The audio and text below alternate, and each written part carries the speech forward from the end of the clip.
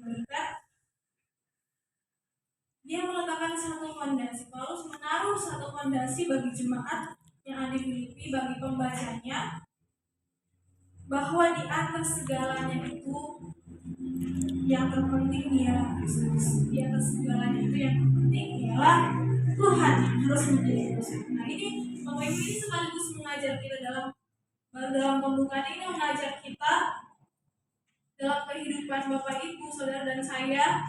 Kita perlu berpikir seperti Rasul Paulus berpikir. Apakah Allah, apakah Kristus itu ada di tengah menjadi pusat hidup kita?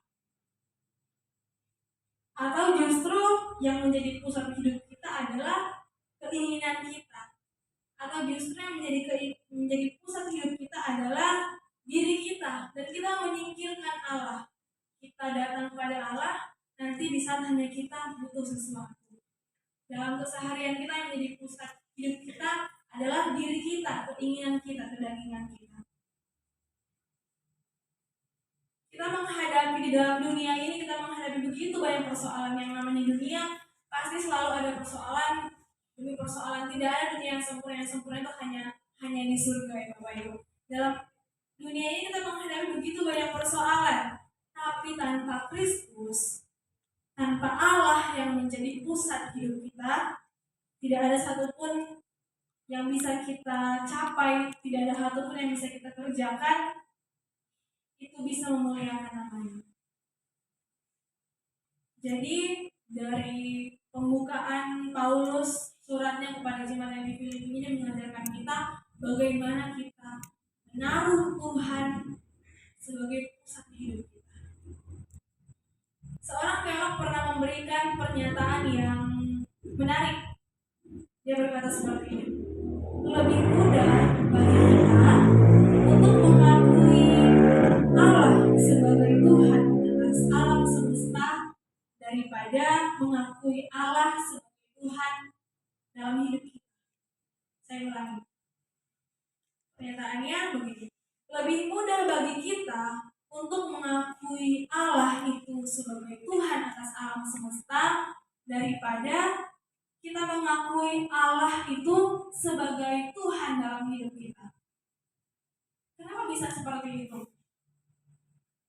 Sebab waktu kita berkata Tuhan adalah Allah atas semesta, itu enggak terlalu membuat kita, itu tidak akan terlalu mempengaruhi hati kita. Ya kan, itu Tuhannya alam semesta. Ya kita mengakui, oh ya memang Tuhan menciptakan alam semesta. Tuhan memang punya otoritas di dunia ini, di bumi ini. Memang alam semesta ini di bawah kendali dan kontrol Allah. Sejarah bangsa-bangsa, bahkan semua yang terjadi di Indonesia, di bangsa-bangsa, semua dalam kendalinya Tuhan. Oke, kita mengakui itu. Tetapi ketika kita mengakui bahwa Allah adalah Tuhan dalam hidup kita, Allah adalah Tuhan atas hidup kita, maka kita mulai terganggu. Kenapa? Karena kebebasan kita itu, kita merasa kebebasan kita itu sudah diganggu oleh Allah. Karena kita naturnya pengen yang bebas. Ketika kita mengakui Allah itu menjadi raja atas hidup kita, menjadi Tuhan atas hidup kita, ketika Allah itu kita akui sebagai Tuhan yang berdaulat atas hidup kita, maka ketika Tuhan mengizinkan sesuatu terjadi dalam hidup kita, kita harus nurut sama kehendaknya. Ketika kita menjadikan Dia Tuhan, ketika kita menjadikan Dia Raja, ketika kita menjadikan Dia Allah yang berdaulat sepenuhnya atas hidup kita, pekerjaan kita, pelayanan kita, atau apapun itu yang Tuhan percayakan.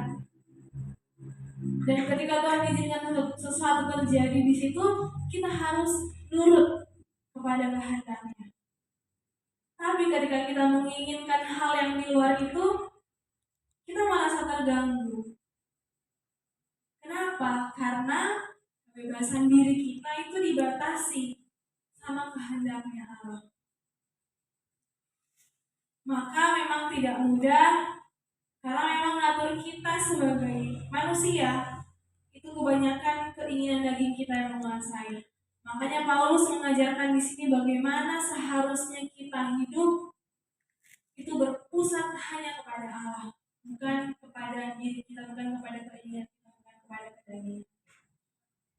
Baik Bapak Ibu Saudara-saudari sekalian, kita kembali ke pembahasan kita mengenai mengucap syukur.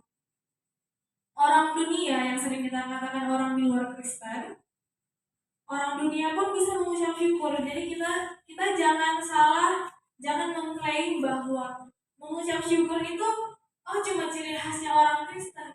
Enggak, semua orang bisa mengucap syukur.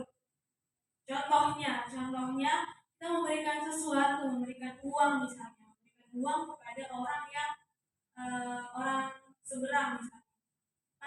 Pasti ya selain mengucapkan terima kasih, jawabnya adalah alhamdulillah. Rezeki memang sudah diatur sama yang atas. Ya itu kan ungkapan syukur mereka. Nah sekarang persoalannya, kalau di sana ada ungkapan syukur dan di sini ada ungkapan syukur, loh yang menjadi perbedaannya itu apa? Yang membedakan antara ucapan syukurnya orang Kristen dan orang-orang di luar itu apa? Apa istimewanya kita? Apa istimewanya ucapan syukur di dalam kekristenan? Nah, Bapak Ibu Saudara-saudari, kita sama-sama malam hari ini kita akan belajar dari sikap hati Paulus tentang mengucap syukur yang benar sesuai dengan ayat yang sudah kita baca. Mari kita perhatikan kembali di Alkitab kita di Filipi 1 ayat 3 dan 4. Ayat 3 dan 4 saya bacakan. Aku mengucap syukur kepada Allahku setiap kali aku mengingat kamu, dan setiap kali aku berdoa untuk kamu semua, aku selalu berdoa dengan sukacita. Ayat yang ketiga dan keempat ini saya mengambil poin yang pertama, yaitu terus menerus. Jadi dari sikap hati Paulus tentang mengucap syukur yang benar, poin yang pertama yaitu terus menerus. Kalau kita lihat di ayat yang ketiga dan keempat, ucapan syukur di situ terus menerus. Kita bisa menemukan kata setiap kali, di situ ada kata selalu. Itu menunjukkan frekuensi ucapan syukurnya Paulus, bahwa berarti Paulus setiap kali selalu itu mengucap syukur. Berarti ucapan syukurnya Paulus, kalau kita melihat di ayat 3 dan 4 ya, berarti ucapan syukurnya Paulus bukan hanya pada saat waktu dia menulis surat ini aja, melainkan berkali-kali sebetulnya ia telah bersyukur setiap kali ia mengingat jemaat di Filipi. Setiap kali ia berdoa kepada jemaat yang di Filipi, ia sudah mengucap syukur. Mengucap syukur untuk keberadaan jemaat yang ada di Filipi. Nah, Bapak Ibu, Paulus di ayat ini mengajarkan kita bahwa mengucap syukur itu bukan cuma di momen-momen tertentu. Kalau kita lihat nih di ayat yang ketiga dan keempat dikatakan setiap kali, katakan selalu. Berarti setiap dia mengucap syukur setiap kali mengingat jemaat yang di Filipi dan selalu mengucap syukur ketika mengingat jemaat yang di Filipi. Di ayat ini kita diajarkan oleh Paulus bahwa mengucap syukur itu bukan hanya di saat-saat tertentu, bukan hanya di momen-momen tertentu. Ini lebih sering dilakukan kadang-kadang kalau di akhir tahun misalnya. Ada kesaksian, ada pujian, ada apalagi dari masing-masing keluarga sebagai ucapan syukur. Bukan hanya itu. Karena ucapan syukur itu tidak hanya dibatasi oleh persembahan. Namun sebetulnya Paulus mengajarkan kita bahwa ucapan syukur itu seharusnya sebagai gaya hidup. Itu yang pertama, yaitu sikap hati Paulus untuk mengucap syukur yang benar, yaitu yang pertama adalah terus menerus. Kemudian yang kedua kita lihat di ayat ketiga, ayat yang ketiga dan ayat yang kelima. Ayat yang ketiga dan ayat yang kelima kita baca. Saya bacakan. Aku mengucap syukur kepada Allahku setiap kali aku mengingat kamu. Ayat yang kelima, aku mengucap syukur kepada Allahku karena persekutuanmu dalam berita Injil mulai dari hari pertama sampai sekarang ini. Dari ayat yang ketiga sampai ayat yang kelima, di situ saya memberikan poin yang kedua, yaitu tidak dibatasi dengan situasi. Jadi mengucap syukur tidak dibatasi dengan situasi. Mengucap syukur atau ucapan syukur kalau di dalam bahasa aslinya yaitu eukaristeo. Eukaristeo itu gabungan dari dua kata yang indah, dua kata yang yang cantik, dua kata yang bagus. Sama-sama memiliki makna yang indah juga. Yang pertama yaitu eu. Eu itu artinya baik. Dan kemudian karis yaitu pemberian. Berarti Eukaristo atau pengucapan syukur artinya adalah pemberian yang baik dari Tuhan.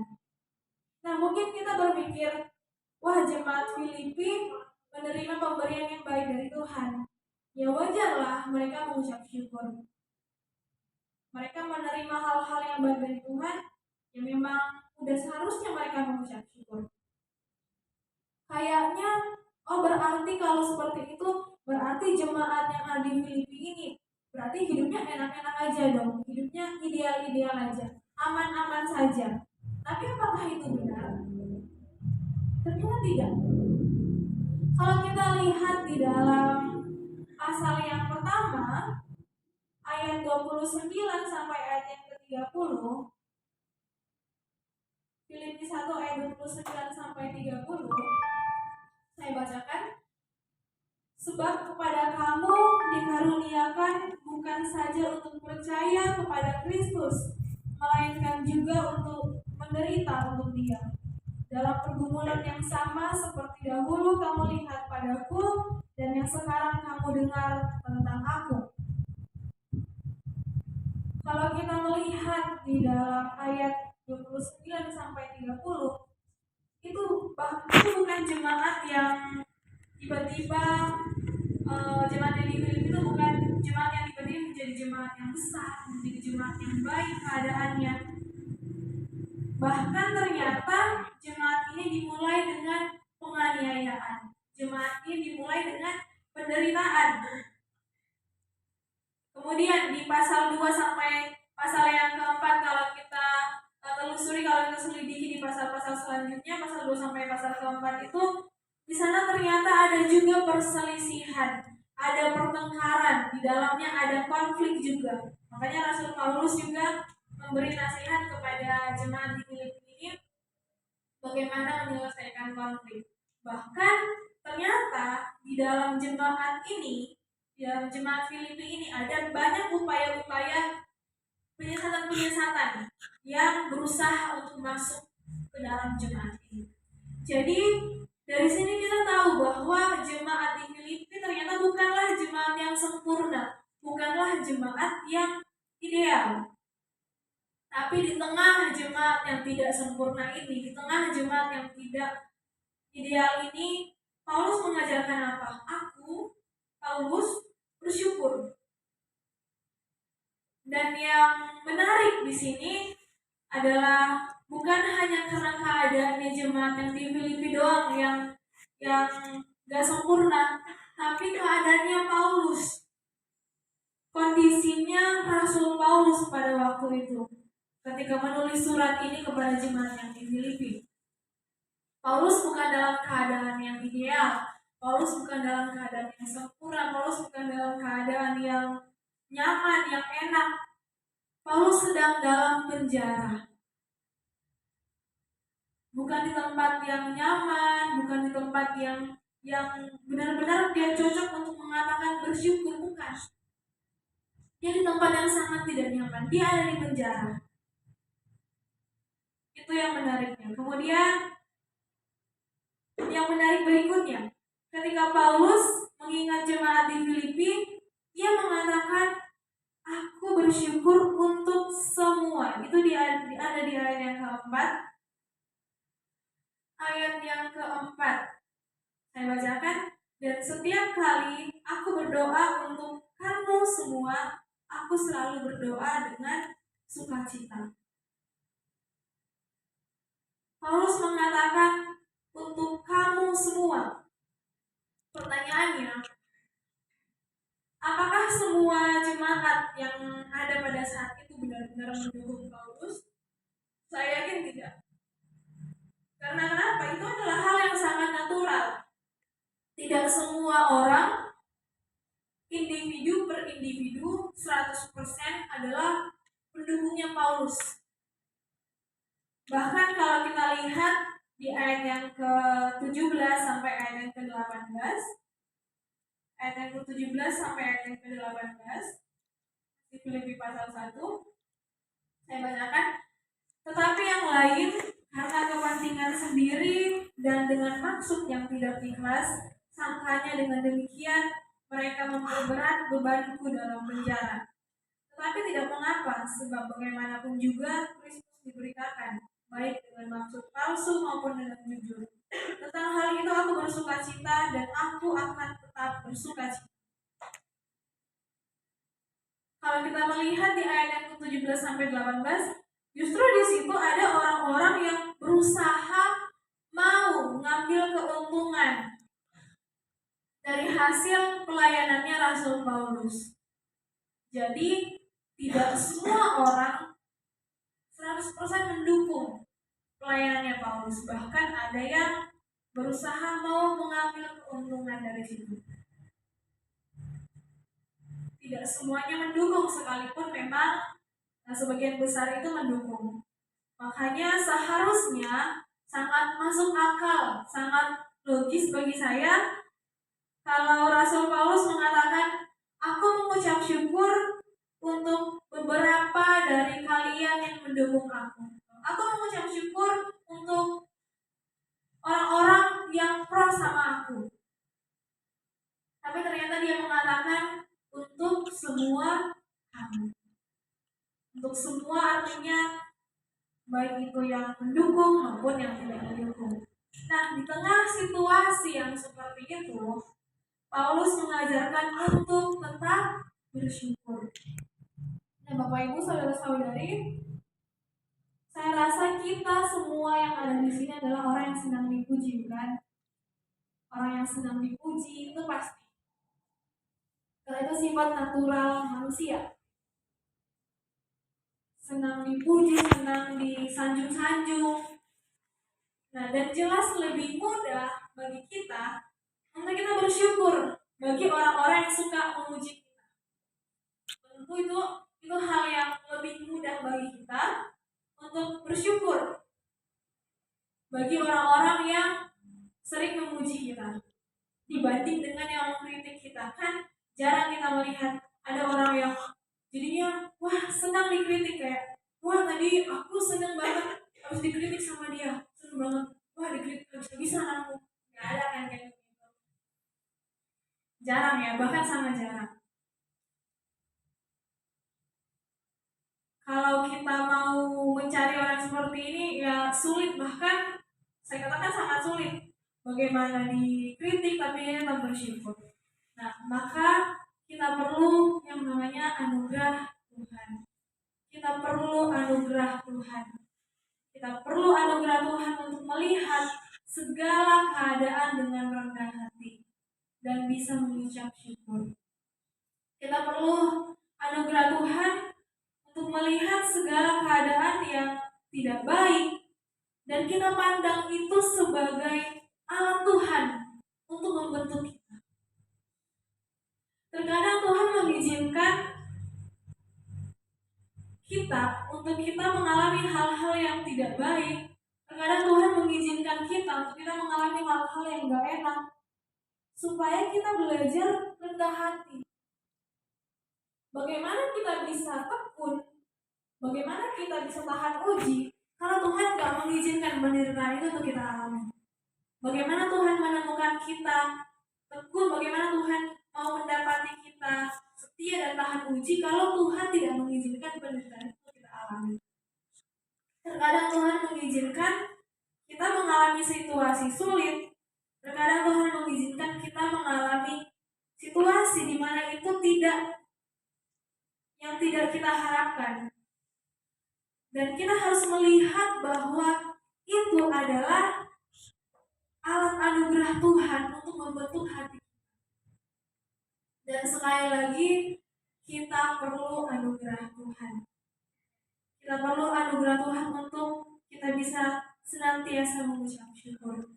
Oleh sebab itu, Bapak Ibu, dari ayat pembacaan kita pada malam hari ini, dari perenungan kita pada malam hari ini, kita diajarkan untuk mari kita senantiasa memiliki hati yang bersyukur.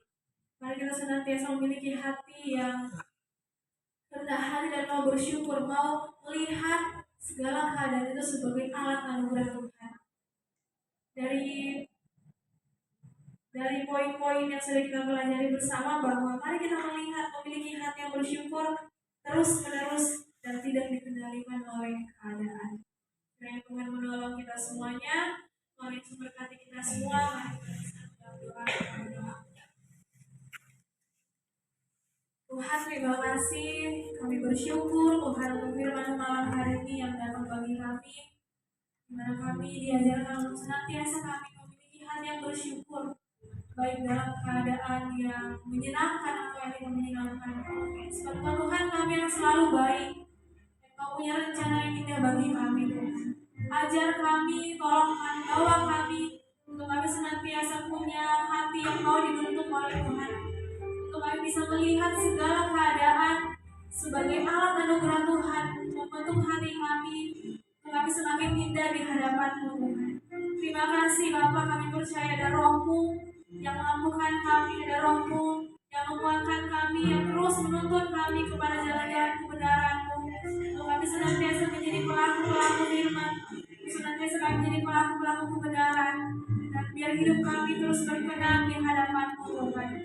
Terima kasih Bapak yang baik, kami bersyukur untuk firman-Mu malam hari ini. Dalam nama Tuhan Yesus Kristus, haleluya, amin.